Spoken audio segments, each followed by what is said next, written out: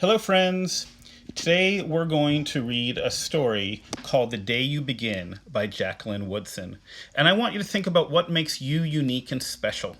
There are not two people in our room who are exactly the same. What are you the only one of? What makes you special? For example, I am the only bald man in our classroom. I'm the only white man in our classroom. I'm the only Jewish person in our room. I'm the only guy born in New York City. I'm pretty sure I'm the only guy who loved Patrick Ewing, who was my hero growing up. I love basketball. I love superheroes. I love learning languages.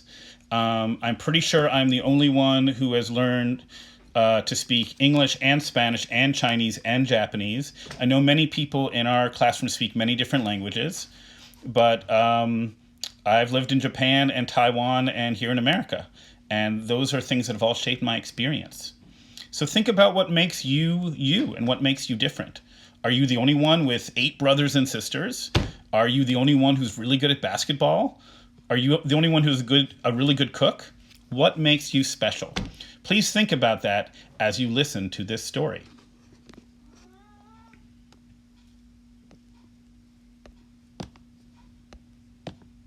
Hello and welcome back to another edition of Sankofa Read Aloud. Today's story is titled The Day You Begin. When you walk in Hello and welcome back to another edition of Sankofa Read Aloud. Hello and welcome back to another edition of Sankofa Read Aloud. Today's story is titled The Day You Begin, written by Jacqueline Woodson, illustrated by Rafael Lopez. I hope that you enjoyed this beautiful story. There will be times when you walk into a room and no one there is quite like you.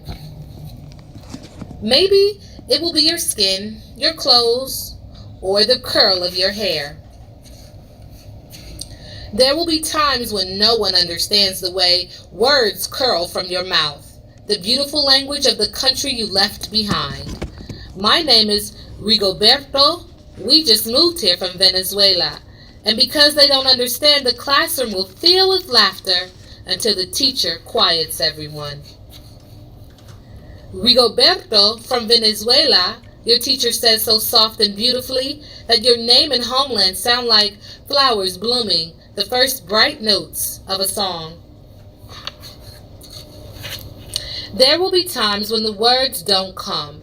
Once huge, now smaller. When the teacher asks, "What did you do last summer? Tell the class your story." "We went to France," Shayla says. "These shells came from a beach in Maine." A boy named Jonathan holds out a jar, filled with tiny shells so fragile, they look like they'll turn to dust in your own untraveled hands. "My home family went to India, Spain, South Carolina." Each souvenir a small triumph of a journey, their travels going on and on.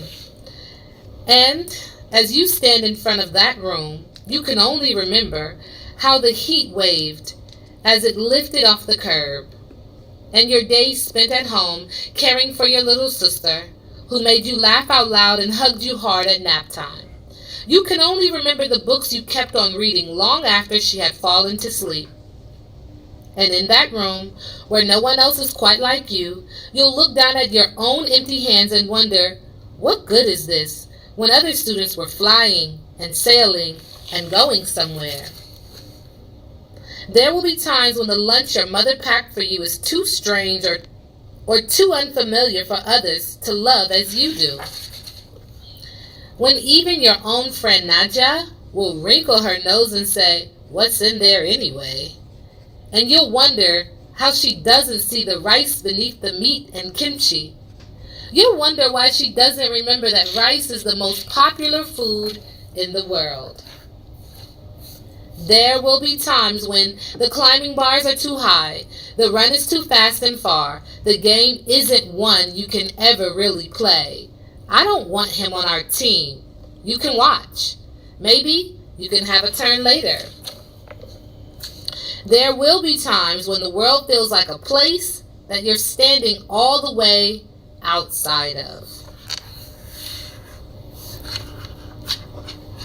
And all that stands beside you is your own brave self, steady as steel and ready, even though you don't yet know what you're ready for. There will be times when you walk into a room and no one there is quite like you until the day you begin to share your story. My name is Angelina, and I spent my whole summer with my little sister. You tell the class your voice, stronger than it was a minute ago, reading books and telling stories, and even though we were right on our block, it was like we got to go everywhere.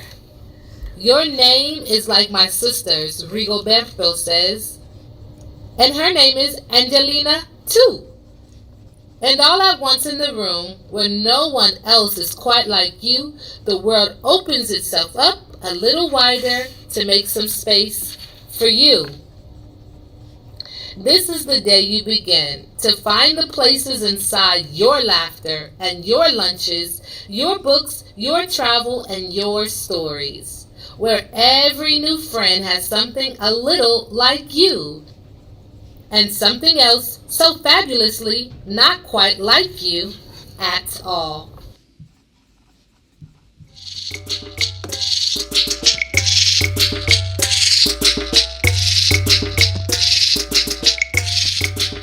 I really love that story a lot.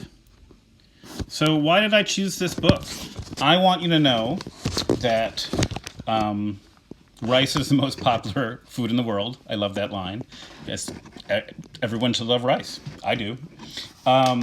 If you've ever felt that the world is a place that you're outside of looking in, today is the day that you begin to tell your story, and you belong to this classroom. Because in this classroom, in Mr. Avram's room, we all belong. And even though we're separated and we're all in our own different houses and we're taking class online on this iPad, you belong. And this year we will be one team, one family, and we will help each other learn a lot of things. So today is the day you begin to tell your story. Who are you? What makes you special? Please respond on Seesaw. I look forward to hearing all of your answers.